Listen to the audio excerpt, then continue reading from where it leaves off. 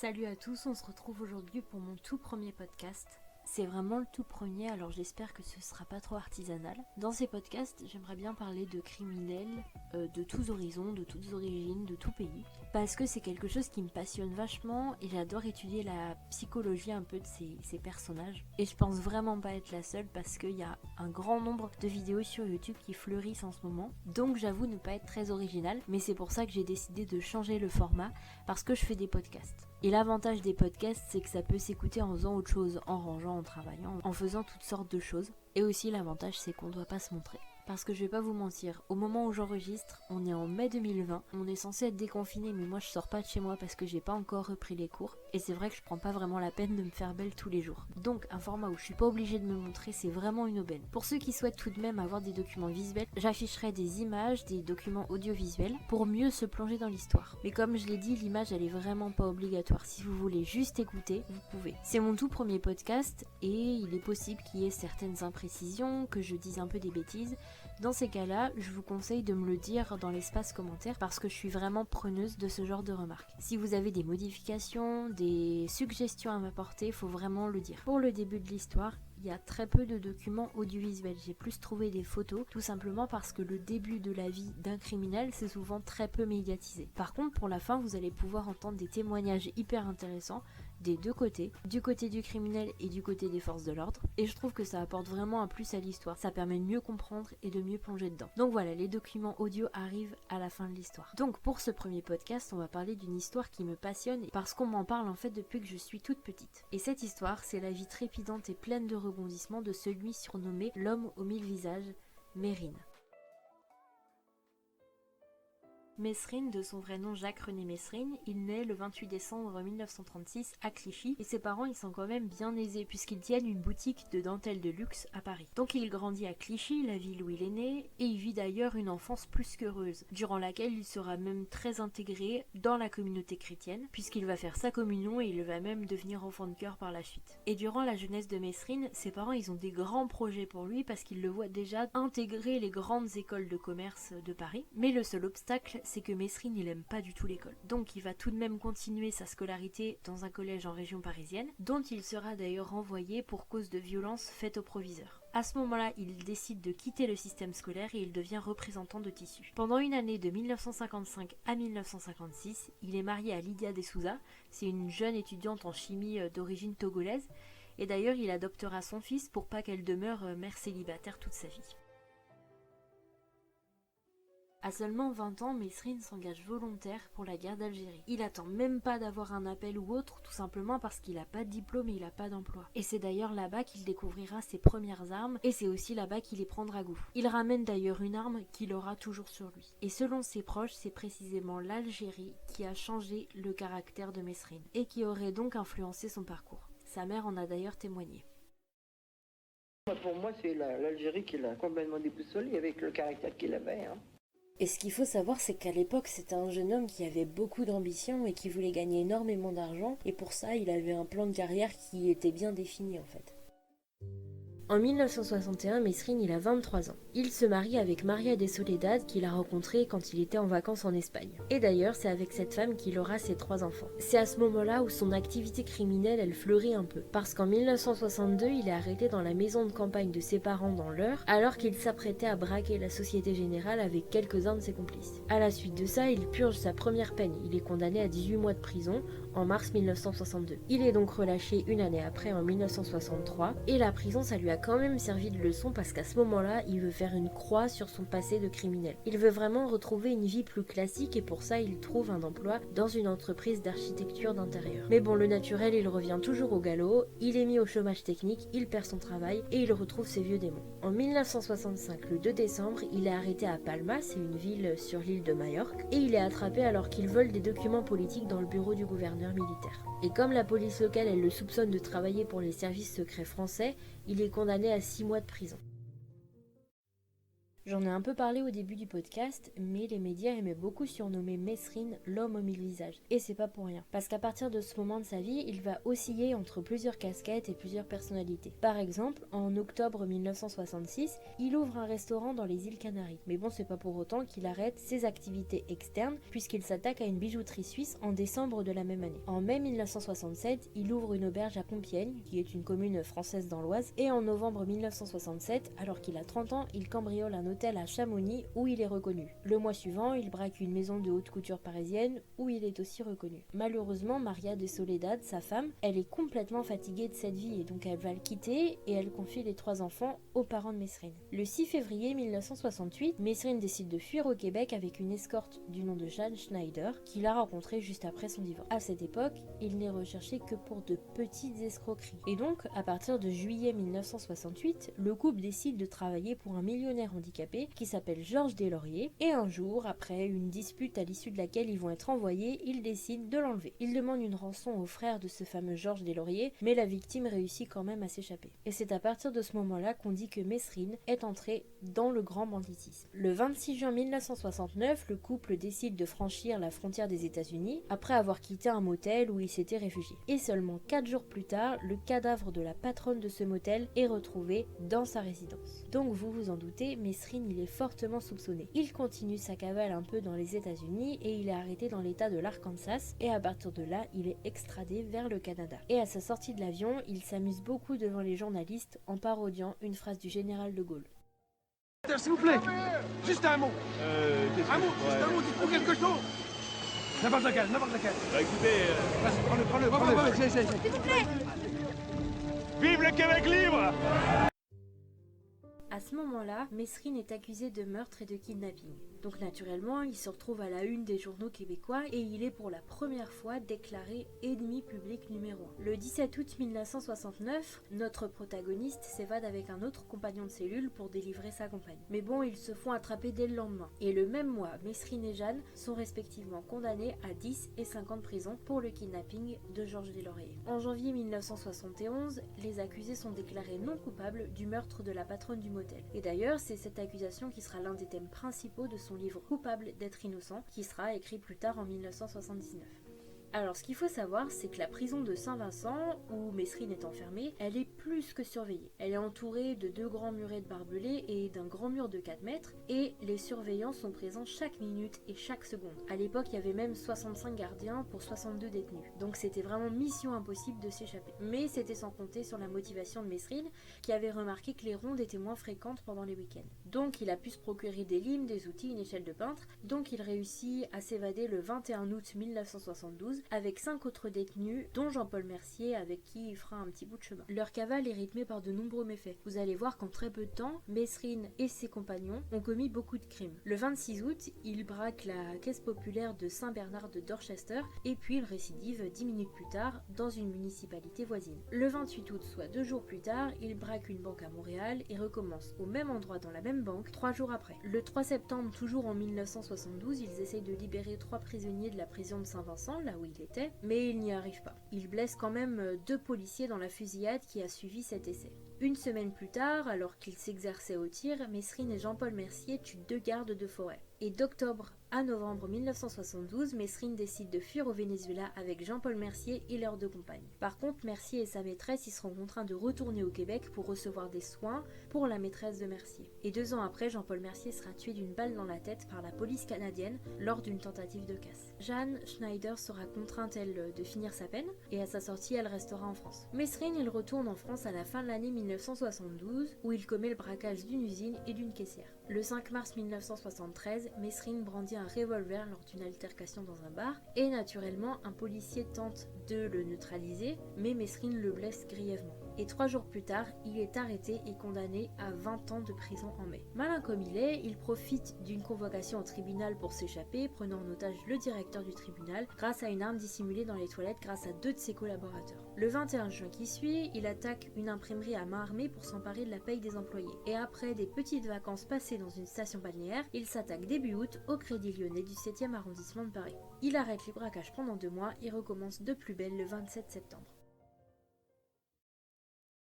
Le 28 septembre 1973, le commissaire Broussard, qui sera un acteur très important de l'histoire ensuite, il réussit à arrêter Mesrine dans son appartement. Et à cette époque, Broussard, c'est une grande figure de la police française parce qu'il est décrit un peu comme le flic parfait. Il est grand, il est fort, il est barbu, il est surtout très charismatique et très intelligent. Et donc cette arrestation, elle est mémorable parce que Mesrine, il l'a complètement théâtralisée. Je vous mets dans le contexte. Mesrine, il est dans son appartement avec sa petite amie. Après des heures et des heures de négociations, Mesrine lance un défi au commissaire Broussard. Il le défie de venir le chercher sans armes, seul et sans gilet pare-balles.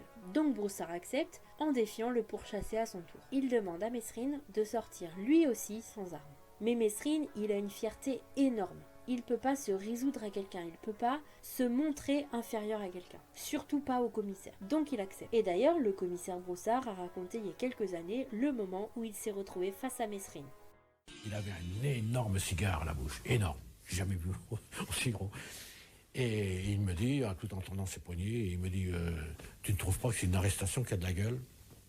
Je dis oui, effectivement, c'est pas mal. Je lui mets les menottes, bien sûr. Et il se retourne vers la jeune femme qui était à l'intérieur en disant Fifi, du champagne pour ces messieurs, ce sont des hommes, des vrais. Ce qu'il faut savoir, c'est que Jacques Mesrine, il était doté d'un charisme fou en fait. Et en plus de ça, il jouait énormément avec l'autorité parce qu'il détestait ça. D'ailleurs, un criminologue du nom d'Alain Normando, qui l'a plusieurs fois rencontré dans sa cellule, il dira qu'il a même déjà réussi à convaincre des gardiens de s'élever contre l'administration de la prison. Donc une fois qu'il est en prison, Mesrine il monte un coup avec un certain Jean-Charles Willoquet, qui était un compagnon de cellule. Mais ce Jean-Charles, il s'échappe sans en faire profiter Mesrine, et du coup Mesrine il se rend bien compte que beaucoup de temps passera avant qu'une telle occasion se représente. Donc il décide d'écrire son autobiographie qui est nommée L'instinct de mort, dans lequel il avoue avoir tué 39 personnes.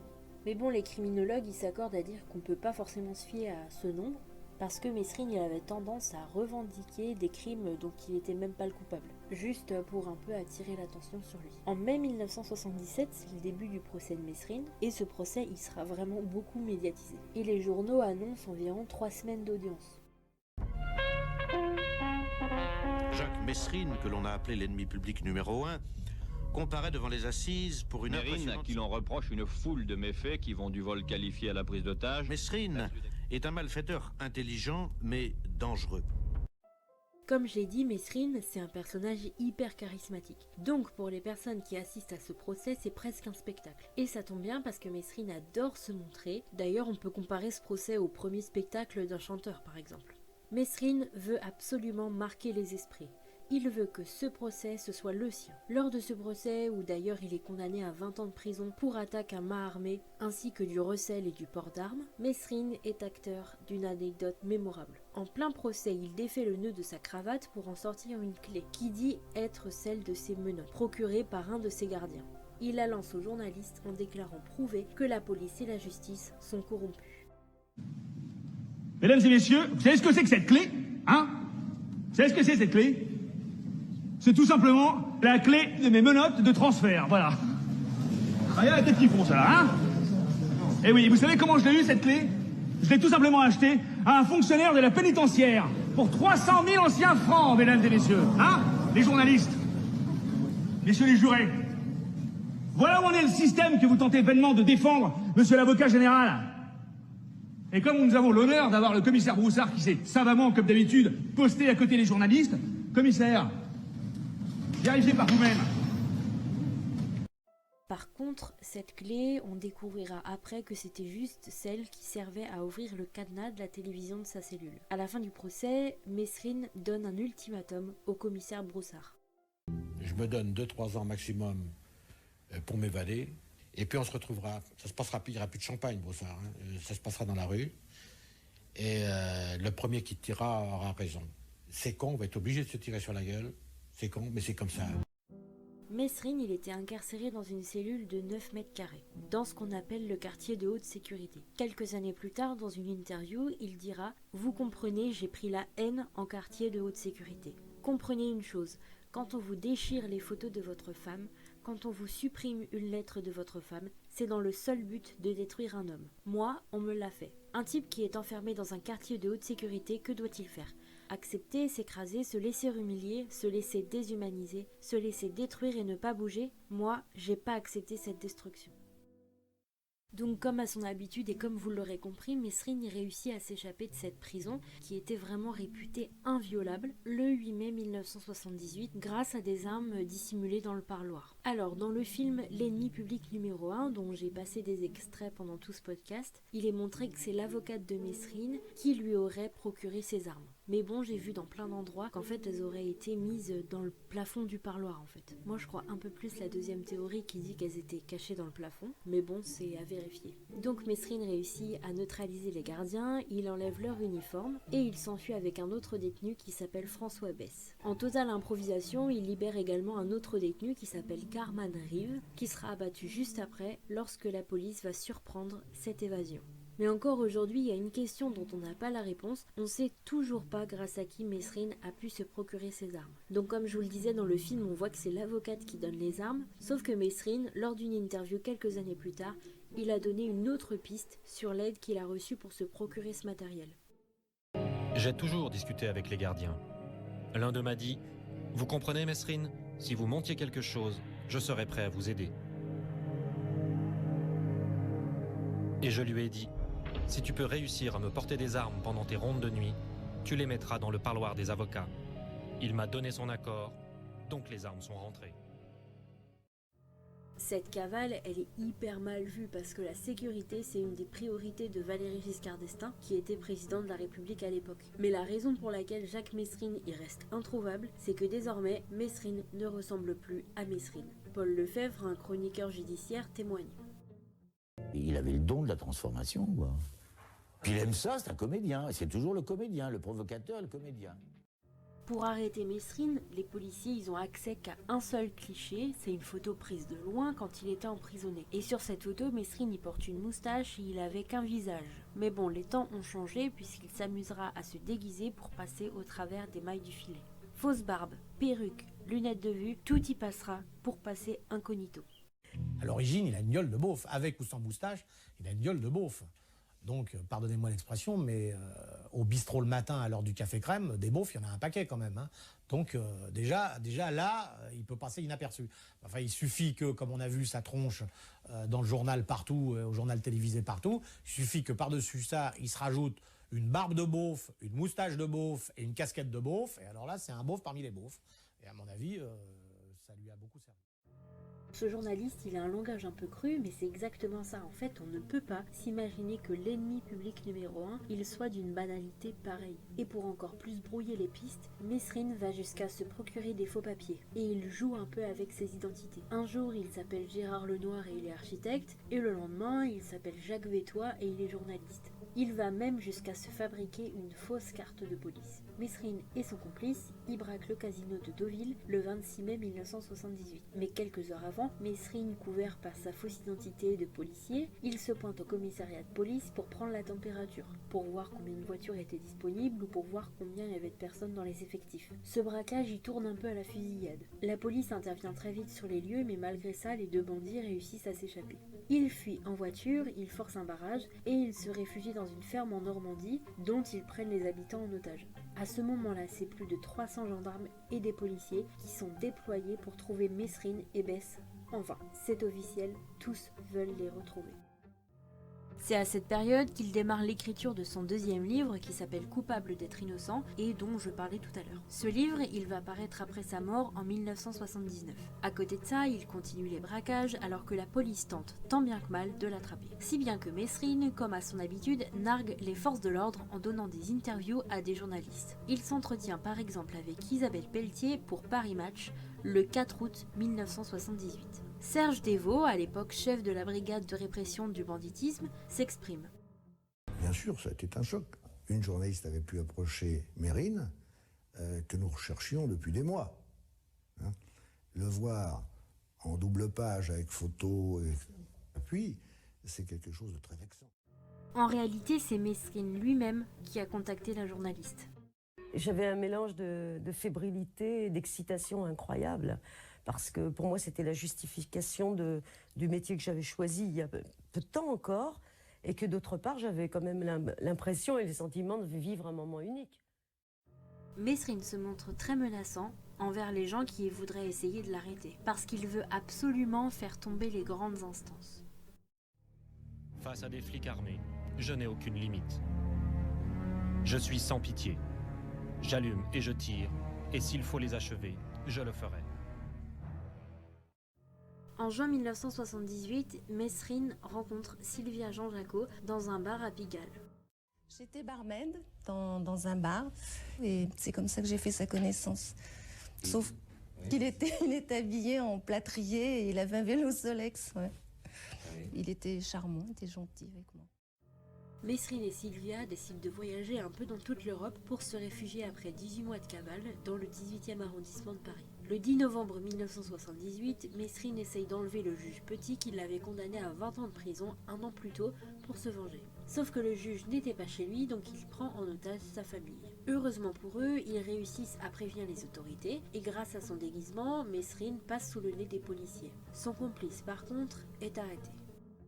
Le 21 juin 1979, il enlève le milliardaire Henri Lelièvre dans sa maison. 28 jours après l'enlèvement, il demande une rançon et demande aussi à la victime de choisir une personne de confiance pour lui apporter. L'argent de la rançon, Mesrine va le dépenser dans des grands magasins. Ça fait maintenant 1 an que Mesrine est en cavale et il va se passer une guerre des polices. Tout le monde se met un peu des bâtons dans les roues et cette histoire sème la zizanie entre les instances. Il y a 2 clans qui sont visibles, les anti-gangs et la répression du banditisme. Et ces 2 groupes, ils ont respectivement à leur tête Broussard et Lucien Aimé Blanc. C'est une grande histoire de rivalité. Mais Lucien Aimé Blanc décide de faire face à Mesrine en utilisant la même technique que lui, la presse. Pour ce faire, il fait appel à un ancien policier qui s'est converti dans le journalisme, qui s'appelle Jacques Tillier. Pour Lucien Aimé Blanc, c'est un moyen de titiller un peu Mesrine. On a l'idée de faire un article assez méchant sur Mesrine pour essayer de l'exciter et puis éventuellement d'amener à un contact, quoi. Et d'essayer d'avoir une opportunité pour éventuellement l'arrêter. À cette époque, Jacques Tillier est journaliste pour un journal qui s'appelle Minute et qui est plutôt positionné extrême droite. Donc il accepte la proposition parce que pour lui c'est un bon moyen d'obtenir une interview de Mesrine. Il fait son article et dans cet article il décrit Mesrine comme quelqu'un qui n'a pas de parole et qui n'a pas d'honneur. Il importe pour comprendre Mesrine de se défaire des clichés usés sur le type réglo qui respecte ses amis. Certains de ses amis ont eu l'impression d'être quelque peu oubliés. Il a laissé tomber ses collaborateurs. Le 10 septembre 1979, Mesrine et un de ses complices tendent un piège à Jacques Tillier, tout simplement parce que Mesrine n'a absolument pas supporté l'article et qu'il détestait qu'on parle de lui comme ça. À ce moment-là, Jacques Tillier et Lucien Aimé Blanc y sont de mèche. Le but, c'est que Mesrine se rende au rendez-vous et du coup, à ce moment-là, la police, elle devait débarquer. Sauf que Mesrine, il a senti le coup venir et du coup, il a demandé à un de ses complices d'aller chercher le journaliste. Sauf que ça, c'était pas vraiment prévu par Lucien Aimé Blanc. Parce que pour pouvoir l'arrêter à ce moment-là, Aimé Blanc, il avait besoin que la voiture qui emmenait Jacques Tillier, elle soit encerclée. Sauf que pour ça, il avait besoin de la collaboration de Broussard, qui était son rival à l'époque. Comme il ne l'avait pas prévenu de son plan, il préfère laisser Jacques Tillier seul dans les mains de Mesrine. Donc le complice de Mesrine emmène la victime dans une grotte, et là, c'est une vraie pièce de théâtre. Il y a des cierges partout dans la grotte, comme pour mettre en scène l'exécution de la victime. Là, il le torture, il le met à nu et il le tabasse. Il lui tire dans la joue, je cite, pour l'empêcher de dire des conneries, dans le bras pour l'empêcher d'écrire des conneries, et dans la jambe pour le plaisir. Après avoir photographié son exploit, Mesrine laisse la victime pour morte. Malgré tout ça, Tillier réussit à s'en tirer et quelques jours plus tard, l'événement fait la une des journaux télévisés. Sauf que lors des interviews, Jacques Tillier, il couvre complètement Lucien Aimé Blanc. Mais bon, la vérité, elle finira par éclater plus tard. Et Mesrine, quand l'histoire elle a un peu fait parler d'elle, il a écrit à des journalistes en disant qu'il ne voulait pas le tuer. Cette histoire elle explose un peu au sein de la police et le chef de Broussard et Aimé Blanc il apprécie pas du tout leur comportement. Donc il les convoque tous les deux et il leur demande de mettre un peu d'eau dans leur vin. Il leur dit de se concentrer sur autre chose et donc d'arrêter Mesrine au plus vite. Après ça, les forces de l'ordre, elles reprennent leurs fonctions et elles sont plus motivées que jamais parce qu'elles réussissent à trouver la trace d'un des complices de Mesrine qui s'appelle Charlie Bauer. On arrive donc à me situer comme étant le complice de Mesrine. Brun, 1m75, l'accent marseillais, ayant fait de nombreuses années de QHS. Bon, là tu sais, c'est vite fait. Fin octobre 1979, Emmanuel Farrugia, qui est à l'époque commandant de police, réussit à repérer l'appartement de Mesrine qui est situé dans le 18e arrondissement de Paris, grâce notamment à la mise sous écoute des appels téléphoniques de Charlie Bauer. Maurice Bouvier, qui est alors directeur central de la police judiciaire, saisit la BRI, la Brigade de recherche et d'intervention, pour procéder à l'arrestation de Mesrine. Le vendredi 2 novembre 1979, à 15h15, Mesrine, il est au volant de sa voiture avec Sylvia Jean-Jacot sur le siège passager. Et il est encerclé par des hommes de la BRI. En fait, il y a un camion bâché qui a réussi à s'insérer devant sa voiture. Et dans ce camion bâché, il y a des hommes armés qui ouvrent le feu sur le couple. Il y aura 21 balles tirées et on retrouvera 18 impacts de balles sur le cadavre de Mesrine. Il est tué alors qu'il était en possession de grenades et d'armes qui étaient cachées aux pieds de Sylvia. D'ailleurs, dans l'accident, cette dernière, elle perd un œil et son caniche est tué. La mort de Mesrine, elle remet en cause un peu la légitime défense de la police. Parce que d'après plusieurs témoins, les policiers, ils auraient ouvert le feu sans sommation. J'ai entendu les bouge pas tes faits, j'ai entendu ça après les coups de feu. Donc ça fait 22 ans, ça fait depuis cette date-là que je dis ça, que je maintiens cette version. Moi j'ai vu, je dis ce que j'ai vu. Donc non, bouge pas tes faits, ça a été dit après les coups de feu. La sommation, par contre, c'est un acte auquel sont soumis les gendarmes, mais pas les policiers. Et les policiers, ils ont aussi dit que quand Mesrine a été prié de lever les mains, il a fait un mouvement sur le côté comme s'il essayait d'attraper quelque chose. Et ça, ce sera confirmé par les armes qui ont été retrouvées au pied de la compagne de Mesrine. L'absence de sommation, les policiers la défendent aussi avec les instructions qui ont été données par le ministre de l'Intérieur de l'époque, Christian Bonnet. Bien évidemment, vous ne prenez ni vos hommes aucun risque. Quand on dit vous ne prenez aucun risque, ça veut dire je ne veux pas qu'il y ait un seul policier qui risque d'être blessé par cet individu. Par conséquent, on sait ce que ça veut dire. C'est une formule dont vous comprenez très bien ce qu'elle veut dire. Après l'assaut, les policiers ils ont décidé de fouiller l'appartement de Mesrine et ils ont retrouvé une cassette qui leur paraissait complètement anodine. Bonjour mon amour. Il est certain que si tu écoutes cette cassette, ma petite Sylvie d'amour, c'est que je ne suis plus. Simple souvenir de ma voix. Ton mari est mort, abattu par les policiers. Mais ça, nous le savions déjà. Nous savions que ça pouvait un jour arriver. C'est comme s'ils s'attendaient à l'issue fatale de l'arrestation. Je suis mort les armes à la main. Même si peut-être, et ça je n'en sais rien, je n'ai pas eu le temps de m'en servir. Parce que même si les policiers m'ont tué, avant que j'aie le temps de mettre la main sur mon revolver, il faut te dire une chose. Si j'avais eu le temps de mettre la main dessus, je m'en serais servi. La seule chose que je sais, c'est que si tu écoutes cette cassette, c'est que je suis dans une cellule d'où on ne s'évade pas. Jacques-René Mesrine avait 43 ans lorsqu'il est tombé sous les balles de la police. Il repose désormais à Clichy, la ville où il est né. En 2002, ses enfants apparaissaient sur les plateaux télé pour défendre leur père. Et encore aujourd'hui, il y a beaucoup de gens qui veulent revendiquer qu'il a été assassiné parce qu'il n'y a pas eu de sommation en fait. Voilà, c'est comme ça que s'achève mon tout premier podcast. J'espère que ça vous aura plu. Moi, je me suis vraiment amusée à le faire, même si ça m'a pris énormément de temps. J'ai pas encore calculé, mais ça doit faire à peu près une semaine que je suis dessus. Le temps de rechercher toutes les infos, les photos, les vidéos, voilà, ça m'a pris énormément de temps, mais c'est vrai que c'était très intéressant. Pour ceux qui voudraient faire leurs recherches par eux-mêmes, je me suis beaucoup servi de la page Wikipédia de Mesrine, ainsi que d'un autre documentaire. Voilà, j'ai couplé toutes les informations. Et pour les documents vidéo, je me suis servi de l'Institut National de l'Audiovisuel, enfin du site de l'Institut National de l'Audiovisuel. Et voilà, donc vous aurez toutes mes sources en barre d'infos pour ceux qui veulent aller voir. Je sais que le podcast, il sera un peu long. Tous les podcasts sont plus ou moins longs parce que comme je vous l'ai dit au début, c'est censé s'écouter en faisant autre chose, donc c'est pour ça que c'est assez long. Mais il y avait tellement d'informations à coupler, il y avait tellement de choses, et je voulais pas enlever des trucs parce que tout est important et tout fait le personnage. Il y a tous ces actes qui ont construit ce qu'était Mesrine en fait. Je vous laisse libre de l'espace commentaire pour me dire ce que vous en avez pensé. N'hésitez pas à me donner des recommandations. C'est vrai qu'au début du podcast, j'ai dit que je voulais parler uniquement de criminels. Avec le recul, parce que c'est vrai que ça fait une semaine que j'ai enregistré le début, je peux vous dire que ça a eu le temps de mûrir et j'ai pas envie que de parler de criminel, parce que j'ai envie de parler plein de trucs, de musique, d'histoire de disparition, des trucs intéressants qui pourraient un peu condenser toutes les recherches qu'on peut faire sur internet. Soyez indulgents aussi parce que j'ai pas de matériel professionnel, je m'enregistre avec mes écouteurs et je fais le montage avec mon ordinateur qui a bien failli lâcher des fois. Mais voilà, le principal c'est que je me sois amusée et puis que ça vous plaise. Voilà, n'hésitez pas à me faire vos retours dans les commentaires. Je vous souhaite une bonne journée, une bonne soirée, suivant le moment de la journée, et à bientôt.